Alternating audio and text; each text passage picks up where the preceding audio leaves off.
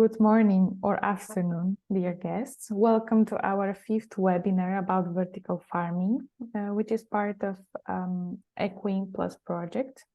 Through this project, our aim is to empower young individuals to embark on a journey that revolves around essential and interconnected topics, including climate change, ensuring food security, and adopting smart farming practices. Today, we have the privilege of welcoming a distinguished speaker who is an expert in the field of agriculture and environmental engineering. Our speaker, Dr. Ratih Kemala Dewi, is from Indonesia and is a lecturer at Bogor Agricultural University. Dr. Ratih Kemala Dewi holds a PhD in agricultural and environmental engineering from Tokyo University of Agriculture and Technology. Prior to that, she completed her master's and bachelor's degree in agronomy and horticulture. And during her PhD studies, she was honored as an Innovative Asia GICA Next Fellow, showcasing her dedication to advancing agricultural knowledge. Her areas of interest and expertise cover a wide range of critical subjects, including regenerative organic farming, the innovative no-till cover crop system for organic production, urban farming with a focus on hydroponics, and sago palm production. Dr. Ratih Kemala Dewi is equipped with extensive skills and knowledge in crop production, sustainable agriculture, plant nutrition, organic farming, soil health, soil carbon sequestration, and others. Before we start, I want to mention that we have 5 more webinars on the topic of vertical farming coming up, so you can stay updated by visiting our Facebook page. Well, without further ado, let's welcome our speaker, Dr. Ratih Kemala Dewi. Dr. Dewi, the stage is yours. Thank you very much, Joanna, for the great opportunity. Okay, I would like to share my presentation. Talk about the artificial light using the LED that is so important for indoor farming. So, optimum light intensity to support plant growth is about 50 micromole per meter square per second, based on the literature or based on the research. Using LED light for crop hydroponic under 300 micromole per meter square per second fresh weight, dry weight, and stem diameter and healthy index of lettuce were superior compared to 450 and 550 micromole per meter square per second. Light intensity under 300 micromole per meter square per second is also very stable for the culture of young tomato plant, and in 50 micromole per meter square per second can increase specific leaf area compared to 500 micromole per meter square per second. And if you want to produce your plant in using the plant factory, you also need to know about the PAR or photosynthetically active radiation. The PAR is the amount of light available for the photosynthesis, which is like in the 400 nanometer to 700 nanometer. So the plant only can perform photosynthesis in this range. In this range, 400 until 200 nanometer of wavelength. Energy availability is a major factor in assessing the sustainability of hydroponic, such as a sunlight, so artificial sunlight is needed for indoor and protected farming system. And this one is, I try to measure the light spectra distribution. If I use the artificial sunlight, I want to know if the light distribution is same in every growing tray. Then I put several points inside in the below of the lamp, and then I measure using the portable light spectra distribution. Then I have this number. This is so very. And I have in the minimum I have 58 micromole per meter square per second, and then the maximum I have 155 micromole per meter square per second, and then the average I have 110 micromole per meter square per second. So the light spectra distribution within the growing tree is not same. They differ based on the light intensity. So for example, like this one, if you plant your crop in the center, you will have 150 micromole per meter square per second, and then in the outside you will the light intensity will reduce, and in the more outside the light intensity also more reduce and reduce. So based on the your evaluation, my evaluation based on the percentage of covering the intensity of the PIR, it is suggest that it's better to arrange the plant position. So if you want to give your plants same like distribution, you need to rearrange the plant position. Okay, so let's start your own garden, because the Walt Disney said the way to get started is to quit talking and begin doing. So you can build a community and earn money. You can start from the simple one.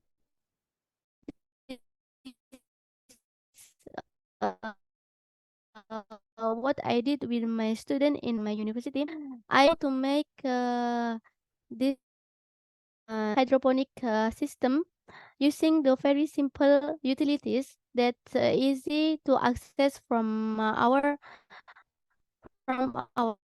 place, and then grow with your friends or your family, and then so your activity will earn money and in the wholesale, or you can sell your vegetable directly to your customer. It's up to you based on your preference. And then you also can make your own media, because the media is very important for your vegetable or your crop production. Then you can make your own media from the agricultural waste. For example, this is the rice husk or rice hull from the rice residue. I teach my student to make a biochar using very simple technology from you can see in this screen. And then we can use this biochar from rice husks that very high in the carbon, and it's very good to make the media porous. So uh, you can reduce your cost production by making your own media. And you also can make a compost from the agricultural residue. For example, this is we make a compost from the sago hampas. So fortunately, in our country, we have many sago plum plantation, and then after they harvest and then they produce, we have the sago hampas of their waste, and then we make from from their residue to make a compost. So it is it is very useful, because you need to reduce your cost production, and then you will earn more money. And after that, you also can implement the Internet of Things. Be smart using Internet of Things to control your farm, because nowadays you can access internet in everywhere. You can learn how to build the Internet of Things in the internet also, and you can get this Internet of Things kits using the Arduino and a sensor in the online shop platform. And you can make a trial and error in your home. For example, this is I make for the soil temperature and soil moisture evaluation. Even I also make for the practice irrigation project, so I can control how many water I can use for the for my plants growing. And how to start? You need to consider the timeline for planting to harvest, and this plan is determined based on your targets. For example, if you want to harvest your vegetable daily, so you need to provide, you need to have access in the many greenhouse. At least you need 30 greenhouse, because your target is harvest every day. But if you want to harvest your vegetable, for example, every 1 week or every 2 weeks, then you can calculate how many greenhouse, how many seedling place, how many seed you need, how many fertilizer you need, how many labor you need, and how can you maintenance your garden, and how you maintain your labor, and how can you maintain the harvest and distribution, post harvest and distribution. It's depend on your target. So you need to practice on your based on your ability. You can practice if you only you, and for example you and your family, you can start from the simple one that I already previously described. Okay, maybe this one is my last slide. For the summary, the vertical farming is easy and could increase crop yield that come with a smaller unit area of land requirement. In fact, a larger variety of crop at once, because crops do not serve the same plots of land while growing, ensuring future food supply. So the vertical farming can increase and then can secure the food supply. Thank you for your kind attention. If you have questions, please feel with me. Thank you very much. Hi, I would like to ask something. My name is Sonia, and I was a little late to the presentation, but I would like to say that it was really, really interesting.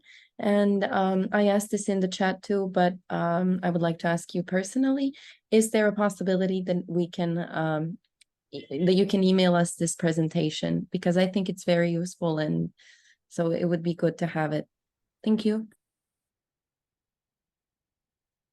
Thank you, Sonia. Yes, of course, I can send my presentation to your email, or I can give to Yona, and maybe it can upload in the Echoing website, I think. So thank you very much. Yes. I mean, this webinar it's being recorded and will be uploaded also in the project's website, so you can find it there. Thank you. Thanks. So, what about the questions? Anyone, does anyone has questions?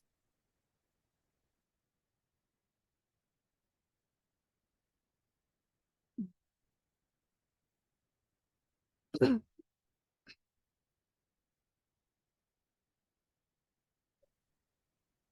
I have questions.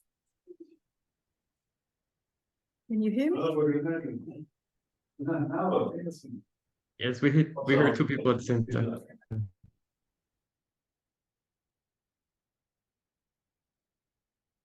So my question is simple. Thank you so much for the explanation, Ms. Ratih. Could you say which of the types of plants that best suited for the vertical farming? As I'm living in the small home here, like what is the easiest plant that I can start it to do now? Thank you, Miss Yantika, for the question. So you can start, I think the leafy vegetable or herbs is very easy to grow, as you only need water and nutrient solution. So you can try to grow your herbs or your vegetable in your home. Thank you. Thank you. Thank you. I also have a question. Actually, this was a question also of a previous webinar. Is it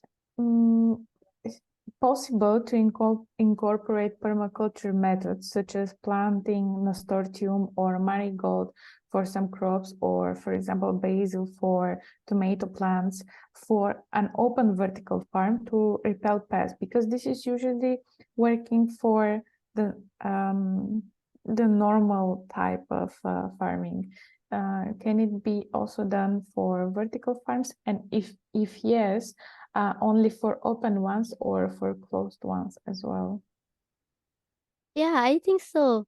It is possible to incorporate the permaculture in the vertical farming system because in the open system, the environmental is not controlled, so the insect can come so often. So if you incorporate any beneficial plants such as marigold or any beneficial plant, you can plant and you can have more benefit from them. For example, you not only sell for the vegetable, for the tomato, but you also can earn the additional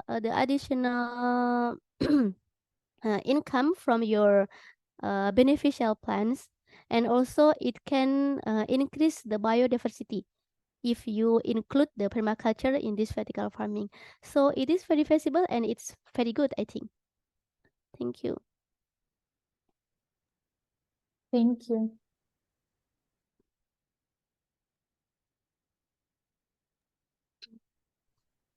We have one more question from Laura. Yeah, I have a question regarding like what's the research or what advancements are now like underway in vertical farming? What's the main kind of topic that's being researched regarding like advancements in vertical farms? Thank you, Laura, for your question. So now many vertical farming researcher they evaluate the how optimum the light intensity artificial LED for the plant grow, because the every crops have their own intensity. For example, the lettuce will differ from the cabbage or from the tomatoes, something like this. So now they how to say, they evaluate the artificial LED light for the growing plants in the indoor, in the farm, in the vertical farming, in the plant factories, or in the indoor system.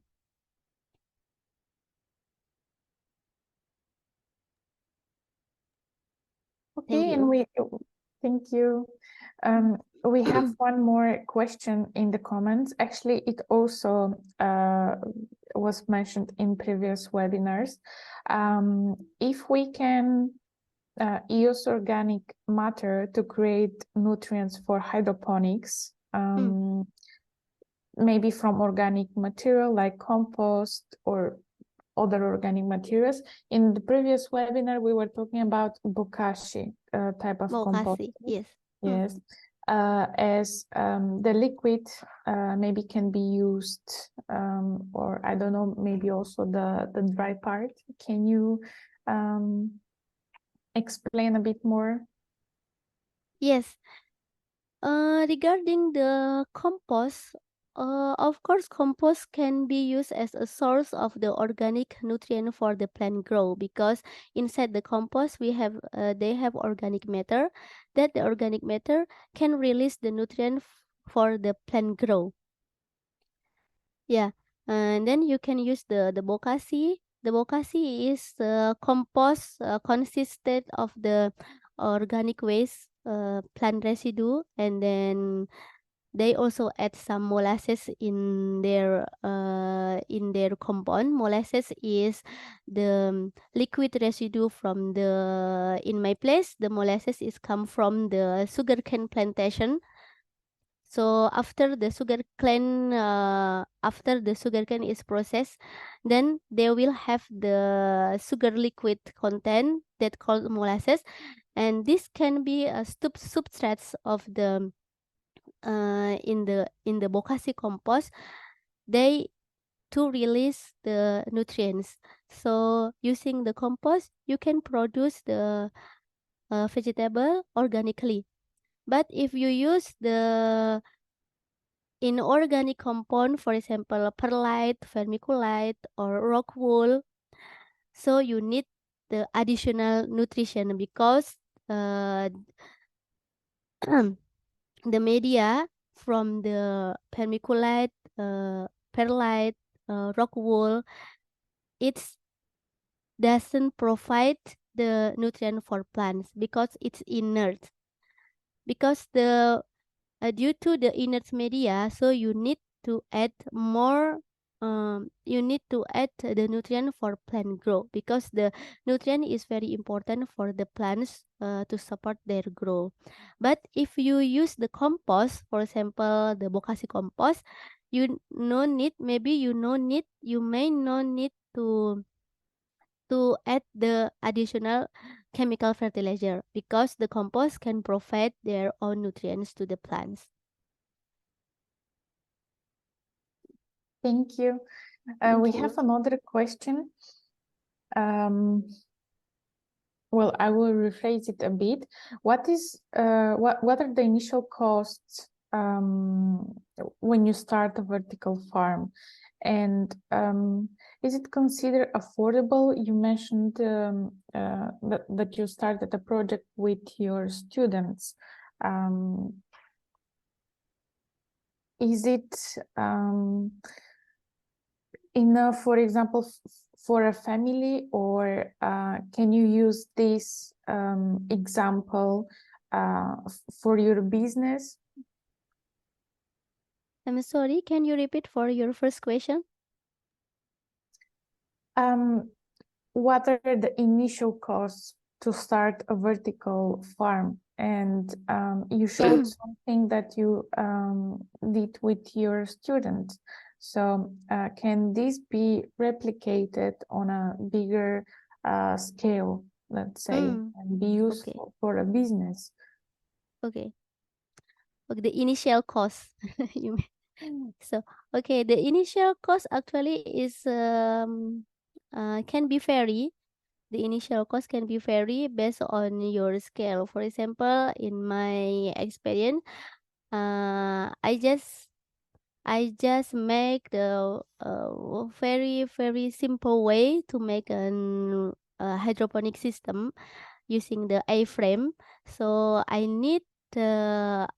only need the media such as rock wool and then the seed and then the water and the pipe and another tool. So I think it's not exceed than 1 million in rupiah. So it's so affordable. What is the exchange rate to euros? Oh, I'm not sure. Maybe I can check later. Because it's only use the very simple. I use the pipeline. Then it's very easy to access in our country, and also they make their own, like they make hole by their own, and then they also make a seedling by their own. Then they can grow their plants, and then after that they can duplicate what they're already learned in the class or in the practicum session with their family. Yeah, it is so applicative, I think, because I start from the very simple one. Okay, thank you. I think Thank you.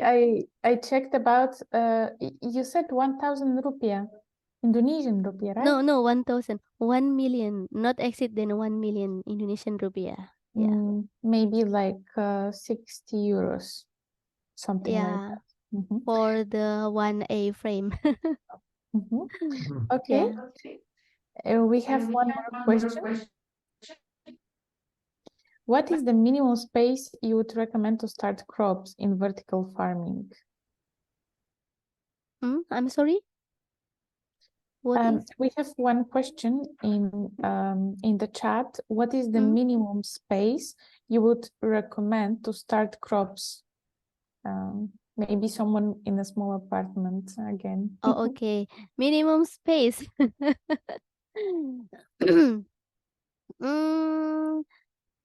At least 1 meter and 1 meter squares. I think you can start your own.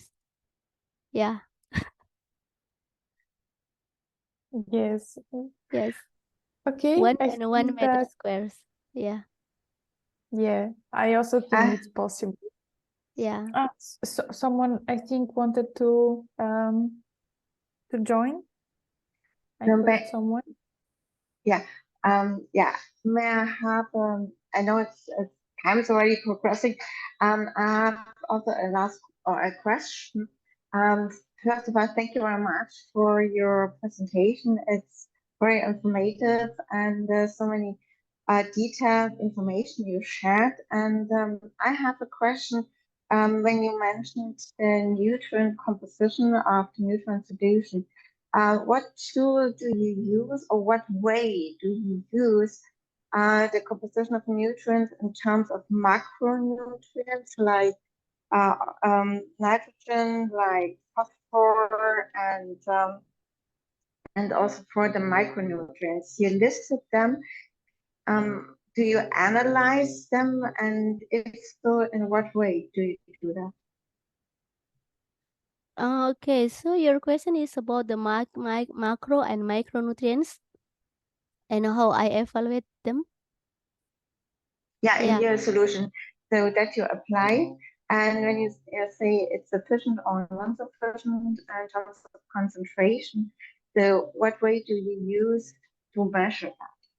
Okay, so usually for if I produce the crop using the hydroponic solution, so I use the A and B mix nutrient solution that consists of macro and micronutrients. And actually, I evaluate the macro and micronutrient one by one, but I just evaluate the electrical conductivity of the nutrient solution. If the nutrient solution, for example, for the lettuce production, if the nutrient solution is 1.8 to 2 ppm, the EC, I mean the EC of the nutrient solution is in 1.8 until 2 ppm. So I have no worry about my nutrient solution. But if the nutrient solution is more than 2, the electrical conductivity of the nutrient solution is more than 2 ppm, then I need to stop the nutrients for a while until I get the optimum range for the electrical conductivity in my nutrient solution. So this is the practical way how to I evaluate the nutrients availability in my nutrient solution. Thank you very much. Thank you very much.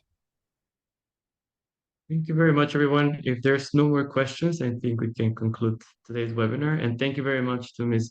Ratih Kemala for presenting today. A very interesting presentation, and I think you answered many questions from everyone. Thank you. As a reminder, this is part of a series of webinars under the project Echoing Plus. I left the website link in the chat. Please take a look and learn more about the project. We will continue having this series of webinars with other speakers from around the world. This is our fifth seminar. We had already speakers from Canada, from Belgium, from Austria, and now from Indonesia. And we're very happy, and it was a very nice webinar. We had almost 40 participants today, which is very nice. Thank you, Ms. Rita, again, and hope to see you in our next webinar. Thank you very much. Bye. Thank you. Bye-bye. Bye-bye. Bye-bye. Thank you so much. Ratih. Terima kasih banyak, Mbak Yanti.